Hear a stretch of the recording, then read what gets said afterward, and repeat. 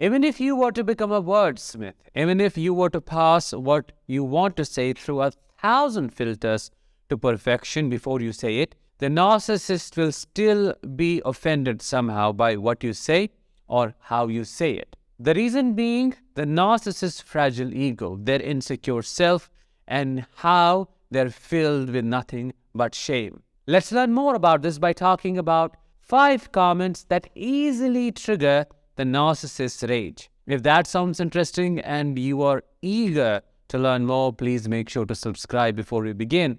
Because as I always say, your subscription helps spread awareness about narcissistic abuse. Also, press the bell icon to stay notified with everything. Let's get started with the comment number 1. Can you guess what it is? It's only one word. One word.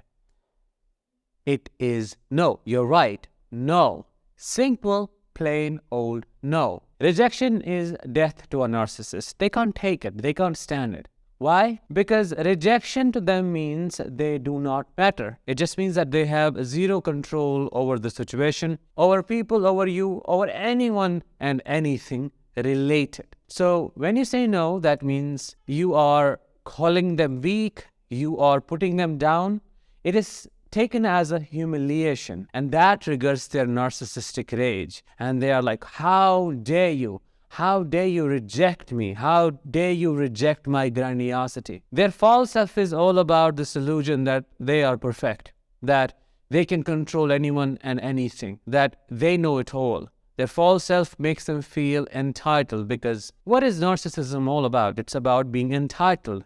That is the illusion they cast for themselves. So when you say no, you are shattering that illusion. It is seen as a big attack. You are proving their fantasy wrong, the fantasy they want to stay intact. You are questioning their identity. It's as deep as that. And that's why they attack you and they ferociously try to re-establish control and their dominion. Comment number 2. I know many normal people who do not behave like that. Dare you say this to a narcissist? They will erase you. They will destroy you. Why? Because you're comparing them with normal people. They see these normal people way below them. How dare you compare them with someone else when they are incomparable? Because they are perfect. They do not have any flaws. If there is a problem, the problem is because of the other person, the other thing, the environment, something that is outside of them. They cannot be blamed because they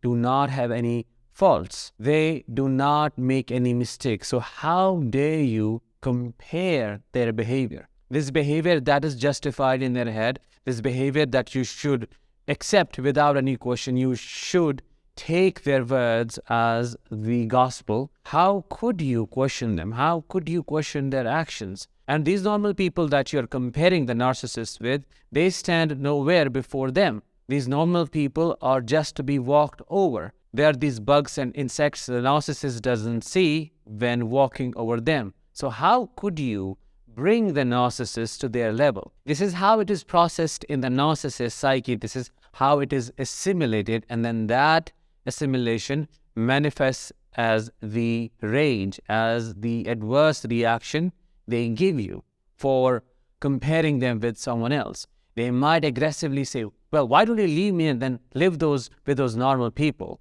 What are you talking about? They will put you down for triangulating them. They will put you down for comparing them and then blame every single problem of the relationship, of the situation, on that comparison, the comparison you made. See, this is why we are not happy, because you're always comparing me with others. Let's move to comment number 3.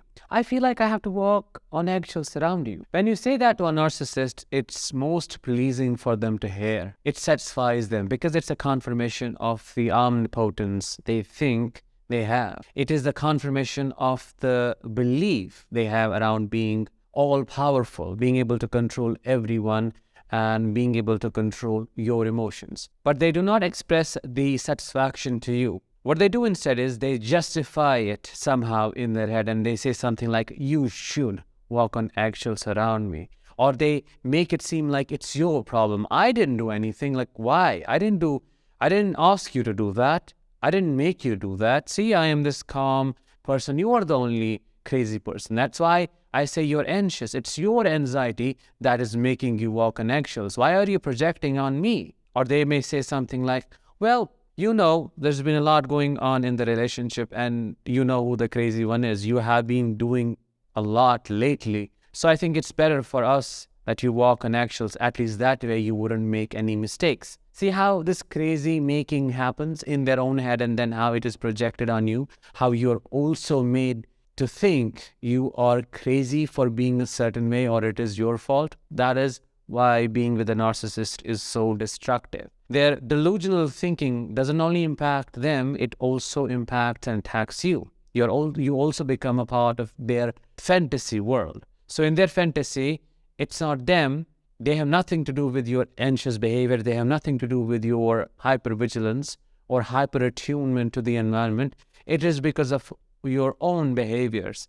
It is because of your own anxiety. It's because how you have been treating them and now they have reacted. They have given you a befitting reply to the things that you used to say earlier. And it's a good thing that it worked and you are walking on eggshells now. That way you wouldn't misbehave. So this is how it is made right, how wrong is made right, and then how that keeps going on and continuing in such a tumultuous relationship. Comment number 4. You always blame other people except yourself. Why is it that it's someone else's fault every single time something happens? Why don't you think about the part you play in any of this, in any of what happens? That is a kryptonite to a narcissist. Those words just pierce deep into their soul. Not in a way to make them reflect on their actions, of course not. It just burns them. Like, how could you say that? How could you question their justification of the situation?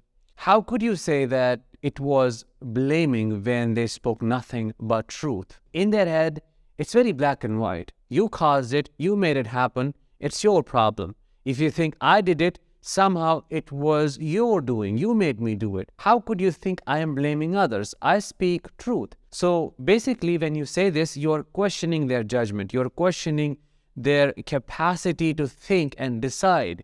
You are questioning their discernment when they assume that there is nothing wrong with how they perceive things. You're questioning their reality.